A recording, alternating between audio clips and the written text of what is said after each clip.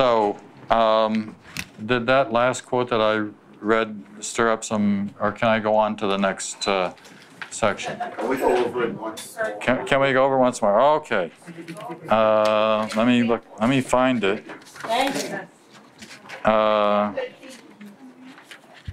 Page 13? No, it's 12. Okay, here we go. I know this would require some conversation because you're going to say, what and no. I'll just read the first part of it, not the whole thing. Recognize what does not matter.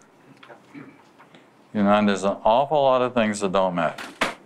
And if your brother asks you for something outrageous, even the word outrageous is here, do it because it does not matter. Refuse.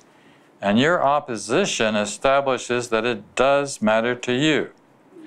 It is only you, therefore, who have made the request outrageous. And every request of a brother is for you, period. I'll stop at that particular point. Now, as I said later on in the course, it does say, I said before that if somebody, but obviously you would not do something that would hurt either yourself or your brother. So that's it. Are we okay with it?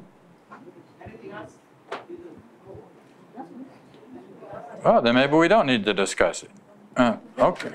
We just had a little conversation of somebody. Wait. You can't talk without a microphone. I mean, you can talk without a microphone, but not if it's going to go on to the... It's not going to go on YouTube if you do. If somebody asks you... Is that on? I don't think it's on. If somebody asks you... there it is. Hey, I'm not working. Can I come and live at your house for a year? Mm-hmm. Yes. You might say no. You might say no, but you would... So where do we make the distinction?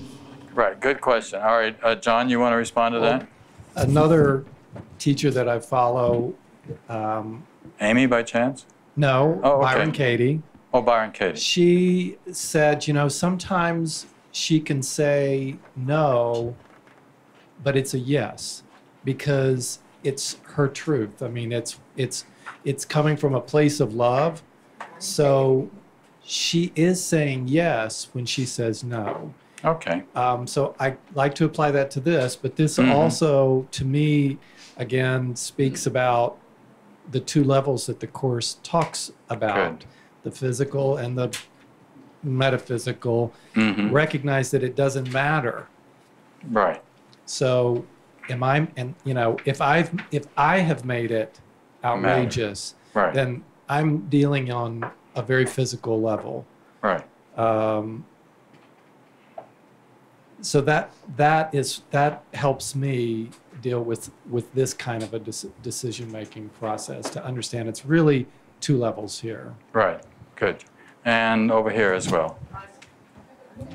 I guess for me, I feel comfortable saying no. I think it's when I get into judgment about something, deciding, oh, this is outrageous, or this person shouldn't be asking me this, or this person shouldn't be saying this. So what I've been trying to work on is just not having judgment, whether I say yes or no. So, you know, release judgment. It's been the work for me. And we'll get a mic on this side. Yeah. Okay. Linda? Just quickly, you know, once Kenneth said, you know, at times especially for course students, it would be rather helpful if we left the blue book behind, but took its teacher, its author with us. And you know, Kenneth really, you know, emphasized the importance of just being kind, which is the message of Jesus as well. And if it's helpful for someone to help them feel love, because remember, our function is to help others feel the love of God and to love them the way God loves them. If it's simply that helpful for them, why not? Yeah, that's the question. Why not? Why is it making it matter? Thelma, and then Thelma's on the very end here.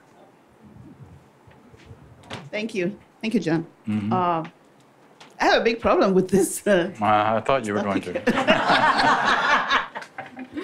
Because maybe that's my karma in this lifetime, but all my life I've been a rebel of the kind, you know, and at work I've had other problems interacting with my bosses, and resisting things that they ask me to do because I don't think it makes sense or because there's a better way to do it that I know what it is. Right. And so I need to overcome this somehow. And the other part of this section here that I don't understand is, what do you mean by every request of a brother is for you? For you to do what? For what? To learn. To learn from. Right. All right. Let me give you an illustration from. Now, keep in mind there's that line from the little bit later where it says, but not if it would be hurtful to you or to them. So then the question is, at what point would it be hurtful, right? So the simple illustration with my wife and I, on the whole, when she wants to do something, that's what we do. Because that's not hurtful either. And that's the way it should be. Because it really doesn't matter. I mean, if she wants to go to X movie, I want to go to Y, or if she wants to go to X restaurant, I go to Y, we go to X, we don't go to Y. Because it really, what matters is that we're having time together. I mean, that's the only thing. If she wants to decorate the house one way and I prefer, but do it. I mean, because it really doesn't matter. And if you want to make something out of it. Now, these are very simple illustrations. Let's take a little bit more complex illustration. I live near a small village, 2 miles outside Washingtonville, where we go to shop and stuff like that. We have one bag lady in Washingtonville, all right? One what? Bag lady, who walks the streets and et cetera. Actually, she lives with, I don't know, some relative, but they don't want her around during the day. And so I befriended her, and she asked me at some point if I could do something for her. I gave her a little bit of money. I think I brought her some groceries or something like that. And I did a couple of favors for her. And then she asked me, and I bought her some, it was her birthday, so I went and bought her shoes for her birthday. And, nothing big deal. Then she got my phone number. And then it became that she was calling, could I drive her such and such a place? Well, I did that a couple of times, and then it became like every day I'm getting a phone call, right? Okay, so now it is starting to hurt. Okay, now it's interfering. My kindness, I'm happy to do this occasionally. For your birthday, I'll take you to breakfast, whatever it is, but I can't be your chauffeur. I can't be your taxi driver, and she kind of got it, I think, but she would have gone all the way. I would have been her taxi driver so there's a point. They just have to look at the point at which it would be are you being helpful, or is this hurting? Is this preventing you from getting? So it's very simple, I think, in that regard. You have to just make that decision. Hey, John, can I add one note to that? Yeah. This actually speaks of the importance of taking responsibility only for changing our own minds, not changing the minds of our brother. Kenneth Wapnick shares a story about people used to come to him often and ask him in prayer if he would lay their hands on him. Well, Kenneth wouldn't say, that's outrageous. Healing doesn't happen within the body. He knew that all healing happens within the mind, but he did it anyway because it wasn't harmful to him or to another to lay their hands on another individual. So you do that anyway, taking responsibility for your own mind, not the responsibility of changing the mind of others. Thank you. Good. By the way, the person he did that with most was his mother-in-law, because she thought it was that was helpful to her, right? Let's go to the bottom of 12. Okay. To identify with the ego is to attack yourself and make yourself poor. That is why everyone who is identified with the ego feels deprived.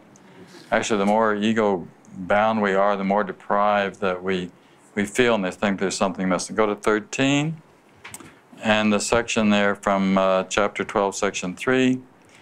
Everything you perceive as the outside world is merely your attempt to maintain your ego identification. Think about that. everything you perceive is the outside world. For everyone believes that identification is salvation. See, that's the hook. That's the thing that the thinking that we're special, that we're somebody, something. Yet consider what has happened, for thoughts do have consequences to the thinker, which is what Brad was just saying a moment ago, right? Going on down with this. You have become at odds with the world as you perceive it because you think it is antagonistic to you. This is a necessary consequence of what you have done. You have projected outside what is antagonistic to what is inward, and therefore you would have to perceive it this way.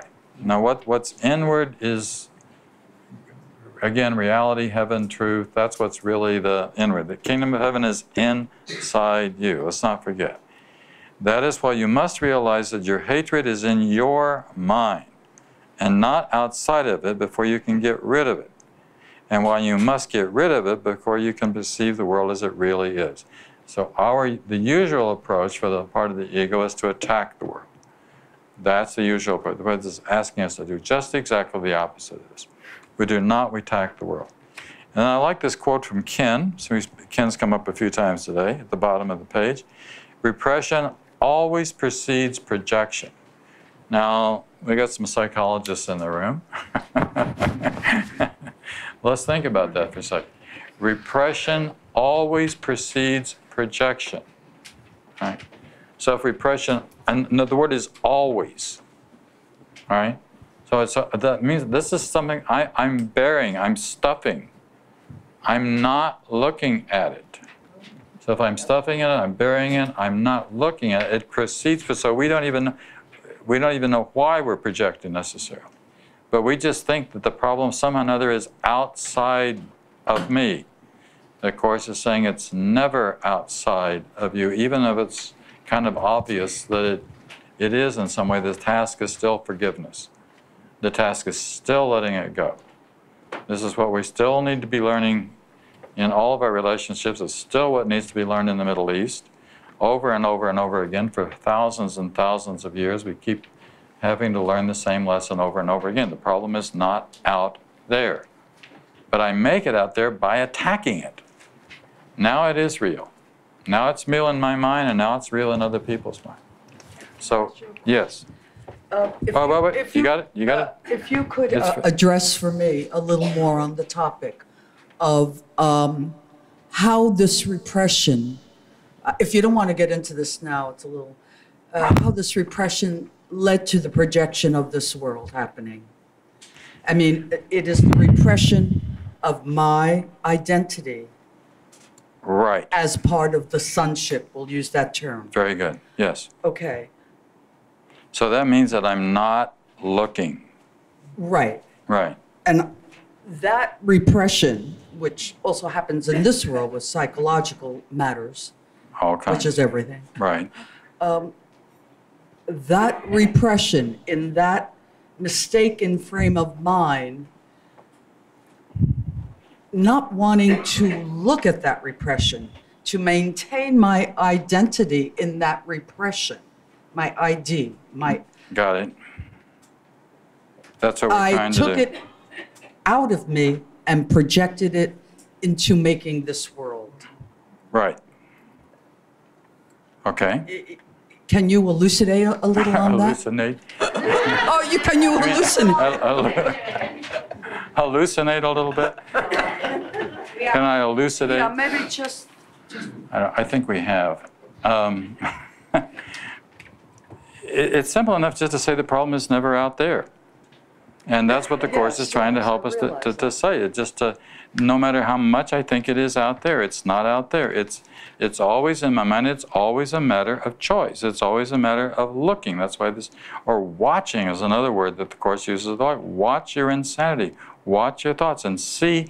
Actually, it says, if you want to know how peaceful, look at the results you're getting. Just look at the results. You know, are you really happy with these results that you're manifesting in the world? Well, for all of us, I mean, you know, are we creating happy relationships? Are we developing loving relationships with our family members, with it, and the workplace or wherever it is, you're responsible for this. I don't care how big it is or how small it is. Still, and that doesn't mean you wouldn't walk away from an unhappy marriage or an unhappy job or whatever. You know, we're not asking ourselves to stay buried in something like Can that. you speak to the repression? The repression just means not looking. Lily Katz, you want to say something about this?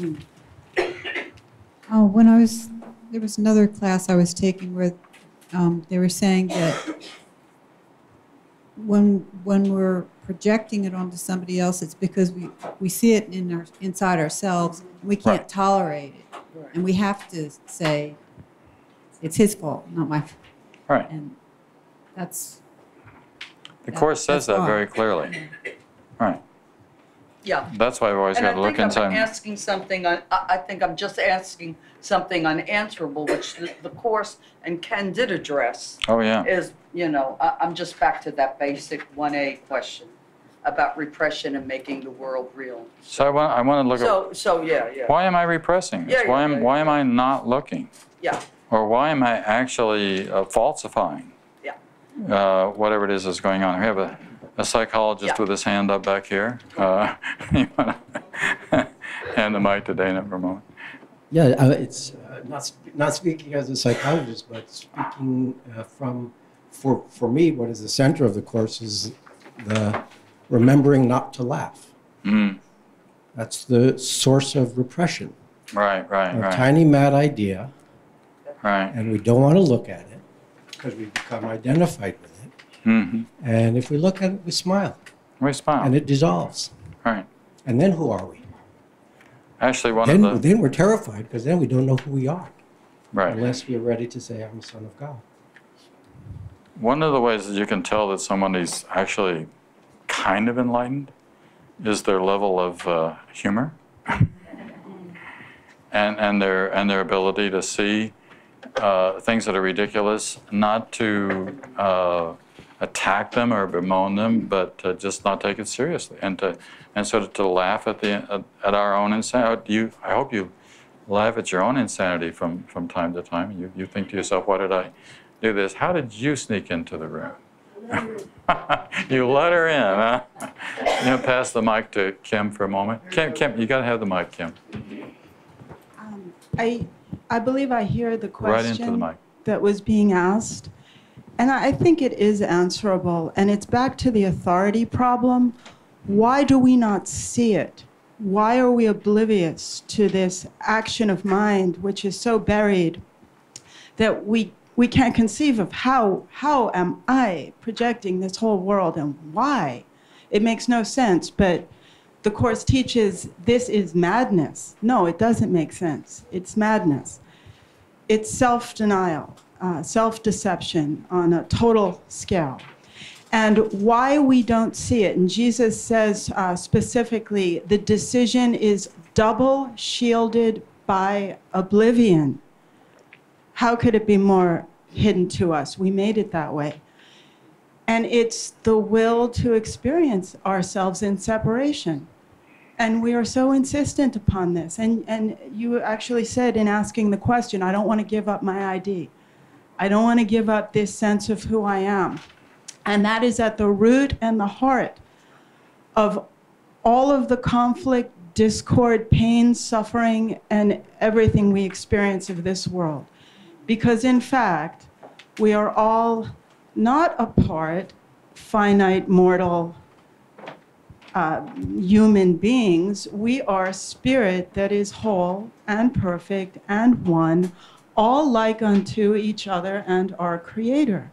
And that's good news. And but there's no specialness, there's no difference, there's no more and less.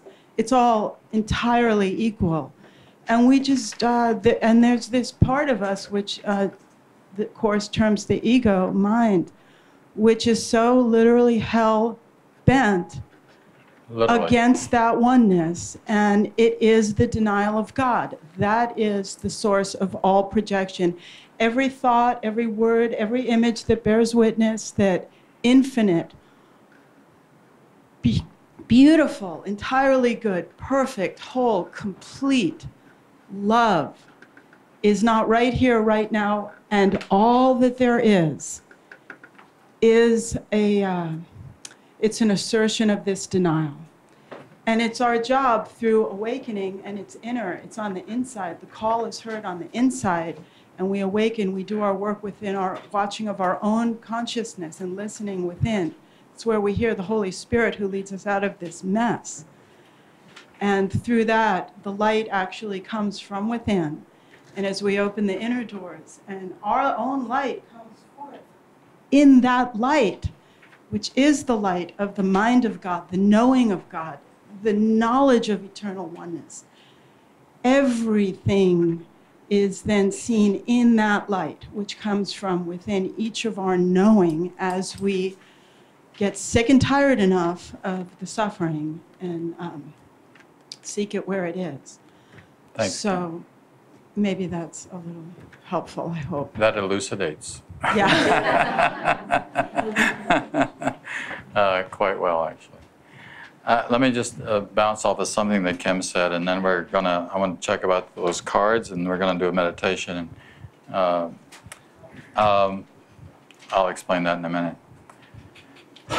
One of the strange paradoxes is you can't lose your identity. I mean, you can't lose your true identity. You know, we talk about this, the ego is holding on to this actually tenacious false sense of self. It's not a real self that the ego has created. It's something which got made up.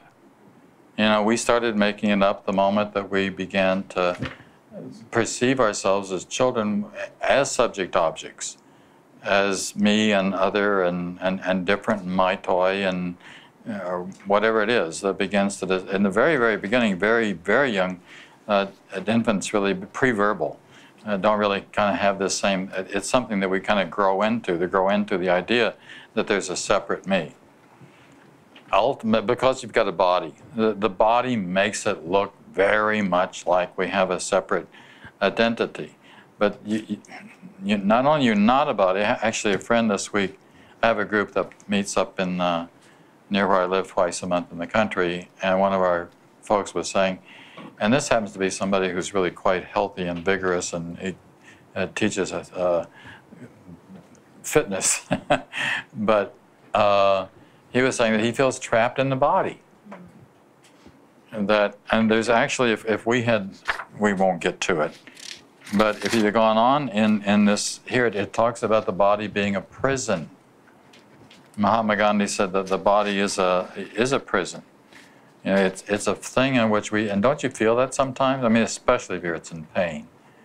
You know, I mean, especially if it hurts, or you know, as you get older, or whatever it is, it's like, you know, this is just, it's such a limitation in form. And you know that you want to be able to express something that's much more than that. But the truth of the matter is, as Kim was pointing to, is that those who have been the most selfless in the course of history are actually the ones that we think of as the greatest individuals who ever lived. Now, isn't that a strange paradox? I mean, the paradox is, here it is, it's the Albert Schweitzers and the Mahatma Gandhis and the Mother Teresas, and all of whom sort of denied themselves, that became the ones that we hold up with the greatest acclaim as being the best examples of what it means to be a human being, right? So it's just the opposite of what it has nothing to do with anything external. It's nothing to do with building buildings or putting your names on things, but it has a lot to do with the amount of love that we were able to extend to the world. Because that's what the world identifies with most, is the amount of love that the world feels that though it received from these, quote, great individuals in the course of history. So it's sort of an interesting, and also that leads to more deeply into each of these folks really being mystics. I mean, being the mystic being simply at this point someone who very much feels the connection, who experiences the connection of something that transcends the ordinary ego self.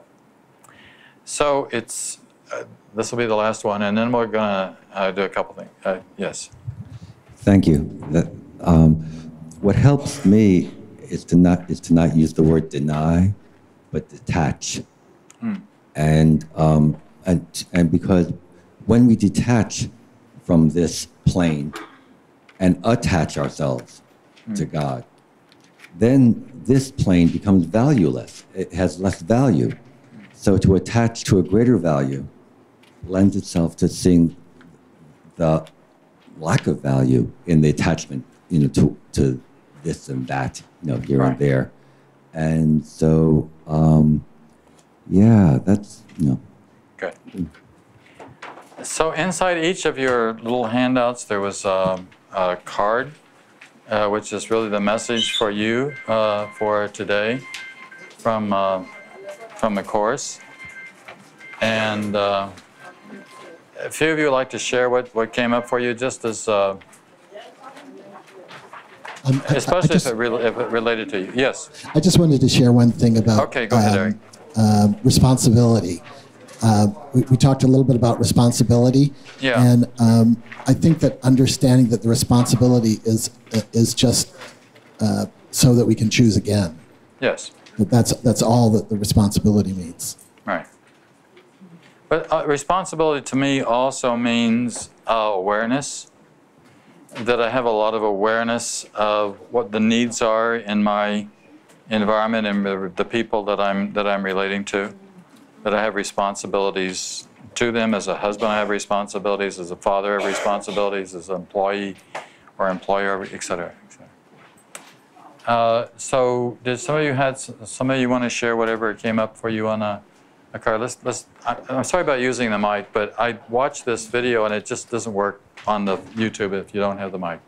Okay, so I had to share this because this quote here was actually the exact page and passage that I opened this morning when I began to study the course. I randomly opened the page, and it was this: in quietness are all things answered, and is every problem quietly resolved. Okay. And to me, it is reminiscent of the fact that the only way to live an inspired life, a life in spirit, is to solely live, or to do our best to live by guidance and do everything by guidance. Your most powerful intent is not to be in charge of anything, but let him who knows be in charge of your every deed, thought, and action. So. Thank you. Somebody else? Somebody on this side? We'll go back and forth on the mics.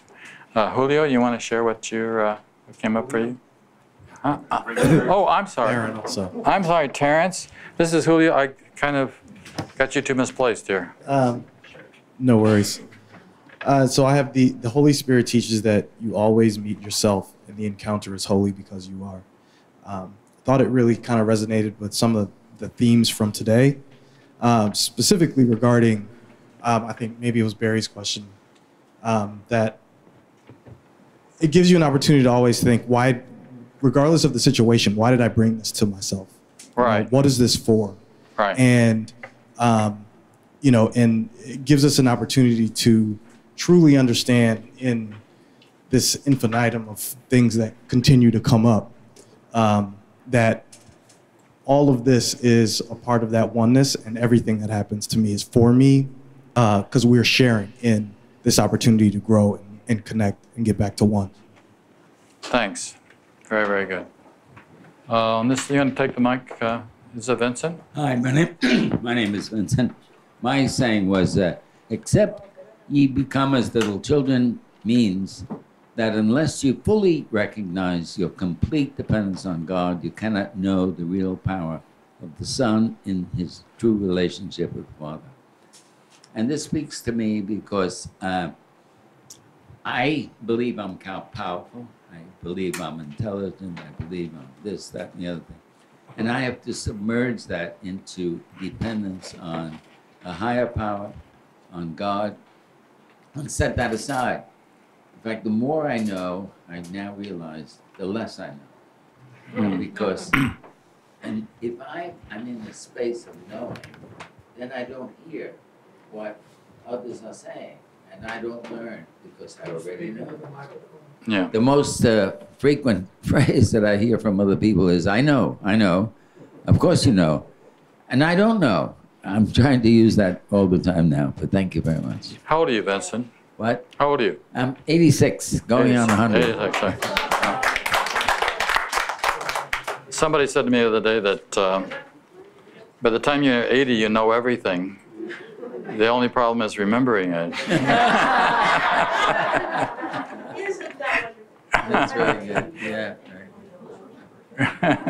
I tell people that when they say it's good to see you, I say it's good to be seen, because most of my contemporaries are being viewed these days. So I'm trying to stay vertical, not horizontal. Okay. I want to do a meditation, so let's turn and do the meditation now.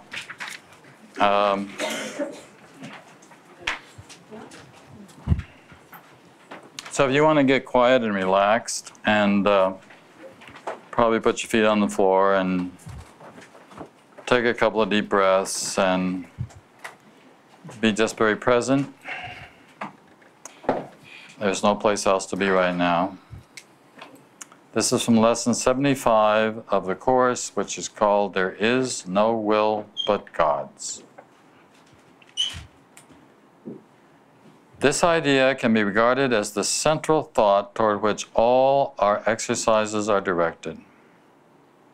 God is the only will. There is no will but God's.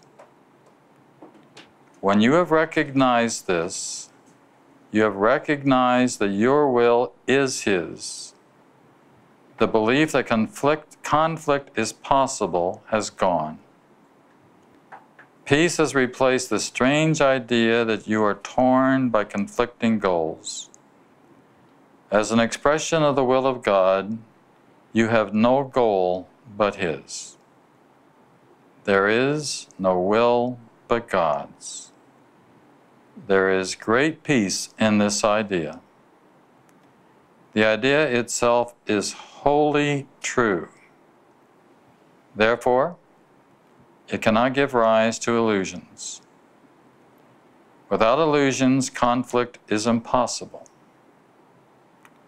Let's try to recognize this today and experience the peace this recognition brings. Repeat this idea several times slowly and with firm determination to understand what the words mean. Repeat this idea quietly to yourself as I say it. There is no will but God's. There is no will but God's. There is no will but God's. I cannot be in conflict. And now repeat the following phrase slowly to yourself after I say them. I am at peace. Nothing can disturb me. My will is God's. My will and God's are one. Conflicting thoughts are meaningless. There is no will but God's. I share it with Him. My conflicts about, now think of someone or some situation that you feel conflicted about. My conflicts about, whatever that is, cannot be real. Try to experience the peace to which your reality entitles you. Sink into this peace and feel it closing around you. There is no will but God's. Joy characterizes peace. There is no will but God's. And then if you want to quietly open your eyes take that booklet, which I gave you today, and turn to the very back of the booklet.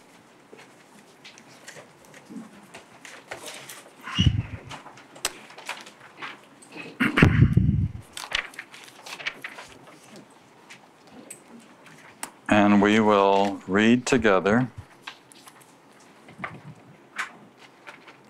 stopping at the end of each comma and period. Forgive us our illusions, Father, and help us to accept our true relationship with you, in which there are no illusions and where none can ever enter. Our holiness is yours. What can there be in us that needs forgiveness when yours is perfect? The sleep of forgetfulness is only the unwillingness to remember your forgiveness and your love. Let us not enter into temptation, for the temptation of the Son of God at your will. And let us receive only what you have given, and accept but this to the mind, which you created and which you love. Amen. Okay. So enjoy your August. We will be back on the second Sunday in September, which I think it's the 9th. I know that's off the top of my head. It's the 14th? Okay. And thank you for being here today, and I hope you have a good vacation and time in August. And if you want to join us over at the Saigon Market, please do. Otherwise, thank you.